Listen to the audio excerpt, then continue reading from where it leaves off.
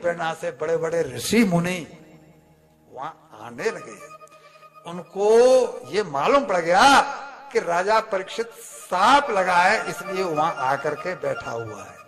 अब हमारा आपसे अगला प्रश्न ये कि संतों को बिना बुलाए कैसे मालूम पड़ गया कि परीक्षित को सांप लगा है और परीक्षित गंगा तट पर आकर बैठ गया है?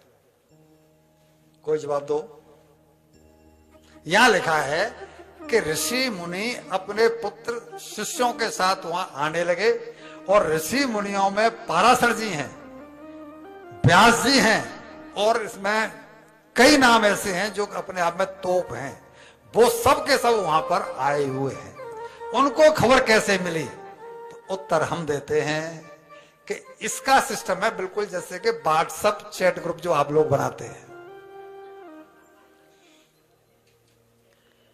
व्हाट्सएप चैट में जैसे ही आपने नए किसी भी कैंडिडेट को जोड़ा तो जिसको जोड़ा उसको मैसेज मिलना शुरू, उसी तरह जिनके चित्त भगवान के चरणों से चिपके हुए थे,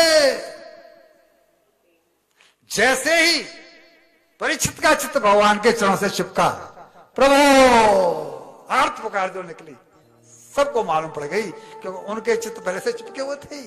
जैसे ही इनका चित्त चिपका सबके पास मैसेज पहुंच गया कि एक शापित राजा गंगा किनारे आया हुआ है और उसकी एक ही अभिलाषा है कि मुझे बचा लो, मेरे पास केवल 7 दिन है, कोई आकर के करुणा करो, मेरे पास केवल 7 दिन है। जब स्थिति ये हो गई, भगवान का एक व्रत है साहब कि वो अपने भक्त को ज्यादा देर तक दुखी नहीं देख सकते, लेकिन भक्त होना चाहिए। रोटी रामों को वहां कोई गिनती नहीं है, उनको कोई पूछ नहीं मिलती, भक्त होना चाहिए। भगवान जो है ना, उनको ज्यादा देर तक परेशान नहीं दे सकते। सब लोग आना शुरू हुआ, उधर सब लोग जब आना शुरू हुआ, सर्वात्मना म्रिय माणस्य कृतम शुद्धम तत्रा मृष्टाभियुक्ता। भगवान संतों से ऊपर एक ही प्रश्न करते हैं, भगवान वो व्यक्ति क्या करे जिसकी की मृत्यु थोड़े ही समय में होने वाली है, मेरे पास समय नहीं है, केवल 7 दिन है, मैं क्या करूं, मेरा उद्धार कैसे होगा? छोटा सा जवाब दो तो बड़ा आसान है कि भाई भगवान का भजन करो, लेकिन भगवान के भजन से 7 दिन में मुक्ति होगी इस बात की क्या गारंटी है? इसमें 2 गहरे वो छिपे हुए हैं। जब इनको किसी ने उत्तर नहीं दिया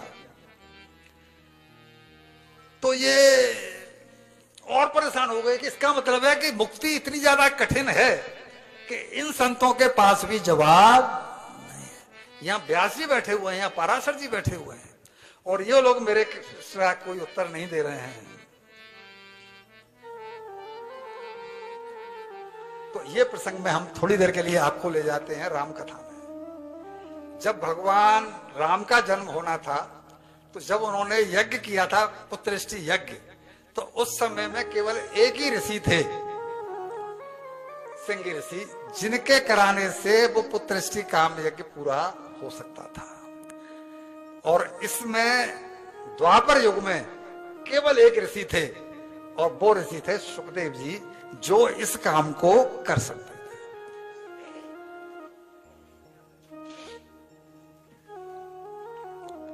तो उधर तो भगवान ने उनको भेजा था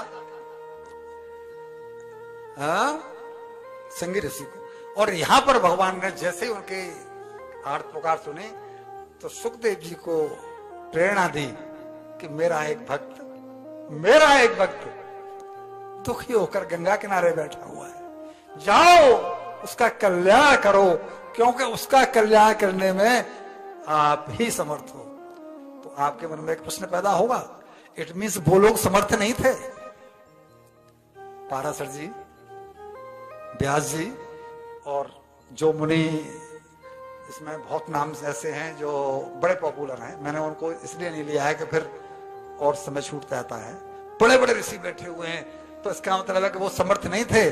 बोला वो समर्थ थे, लेकिन एक तो होता है जन्मजात निर्विकारी और एक होता है संसार को भोगने के बाद में फिर निर्विकारी बने। ये तो मां के पेट से निकले 12 साल की उम्र में, और बाहर आते ही अपने नाल को अपने आप काट करके और नाल को अपने कंधे पर डाल करके 16 साल की उम्र हो गई और जंगल के लिए। इतना निर्विकारी व्यक्ति जब जाकर के कथा सुनाएगा या सुनाई है, तब परीक्षित की मुक्ति 7 दिनों में हुई है।